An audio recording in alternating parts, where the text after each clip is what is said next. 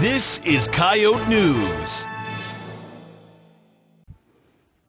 The Battle of South Dakota will take place this Saturday in men's basketball, where USD and SDSU will enter the SCSC in Vermilion together for the first time in 748 days.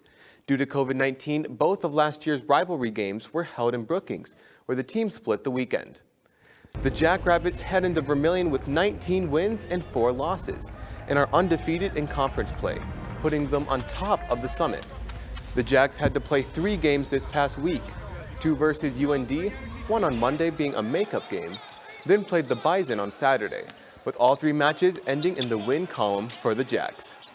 The Coyotes head into Saturday's game with a 13-8 record and are 6-4 in conference play, placing them 4th in the Summit League. Last weekend, USD split their 2 games, losing in overtime against NDSU, but they bounced back against UND on Saturday, winning 71-58. So here's what to know before heading into the men's game Saturday. SDSU's Baylor Shireman leads the Jacks in points scored, assists, rebounds, and steals. USD's Cruz Perrohunt leads the Yotes in points scored, assists, and 3-point percentages. Shireman and Perrohunt both scored 36 combined points in their games on Thursday and Saturday. The Jackrabbits have not only been the most efficient team behind the arc in the conference, but also first in the nation in 3-point percentage and shooting 55%. Both of these teams got to the free throw line early and often, as both clubs are ranked inside the top 25 in free throw attempts, and both are in the top 30 of free throws made in the nation. South Dakota State took Game 1 in Brookings on January 8th by a score of 84-65. The Coyotes took to even the series up on Saturday at 7. Coyote News' Landon DeBoer is live in the muck with what is to expect for this weekend's games. Landon? Thanks, Michael. I'm here with Brayden Butler, the KAOR Sports Director. Thanks for being here, Brayden. I was wondering what the keys to the game are for both the Coyotes and the Jackrabbits on Saturday. Well, for the Coyotes, starting out with the home team, you really got to figure out a way to stop Baylor Shireman. He's leading the team in scoring.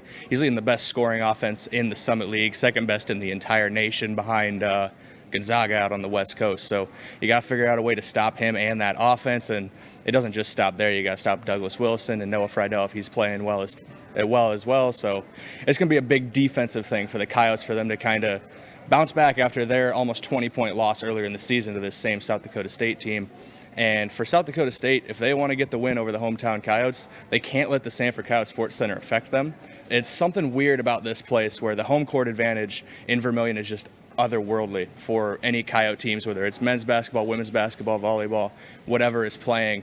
So you need to find a way to block out that crowd noise and just get the job done and be the team that you know you can, being the second best scoring team in the country. And how have the two teams changed since their first matchup? The lineup has changed quite a bit for the Coyotes. That matchup originally had Eric Oliver starting in that game in replacement of Xavier Fuller. Since then, we've seen the emergence of Boogie Anderson for the Coyotes, and that has kind of kickstarted a win streak for the Coyotes. They've won 6 of their last 7 since meeting the South Dakota State Jackrabbits. Big news, I know head coach Todd Lee said it on the Coyote Report on Monday. Xavier Fuller is practicing this week with the team, and Todd said that he's hopeful but won't commit to anything for Xavier playing in the weekend. It'll be interesting to see how Fuller's reemergence into the team would help shake out the starting lineups, as well as just playing overall, and how those two teams match up. And on both the men's and the women's sides, how do these rivalry games somewhat even the playing field, per se? I'm not sure how they really even the playing. It's interesting because on the women's side, these are usually 2 of the top teams in the Summit League Conference every single year. On the men's side, in recent memory, they've been 2 of the top 3 or 4 teams in the conference for the last few years. So I think the playing field is just even in general when these two teams meet, and I think that goes across the board in a lot of different sports. We've seen some thrillers in football the last few years. We saw these 2 teams meet in the volleyball Summit League tournament earlier this year. So yeah, these 2 teams just seem to always find their way to each other, and they're always right next to each other when it comes to conference standings. Well, thank you for being here, Brayden. Live in the muck for Coyote News, I'm Landon DeBoer. Thanks, Landon.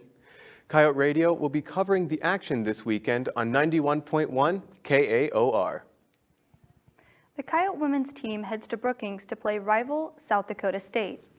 The Coyotes are currently on a 16-game win streak, helping them to an 18-4 record. And USD is on top of the Summit League, and they're the only team with a perfect record in conference play.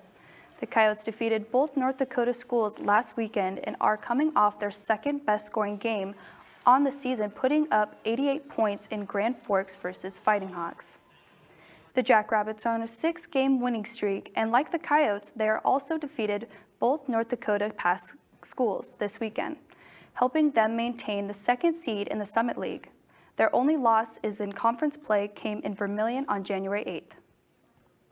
Here's what to know about the women's game in Brookings. Jackrabbits forward Maya Sellen leads SDSU in points and in assist to turnover ratios.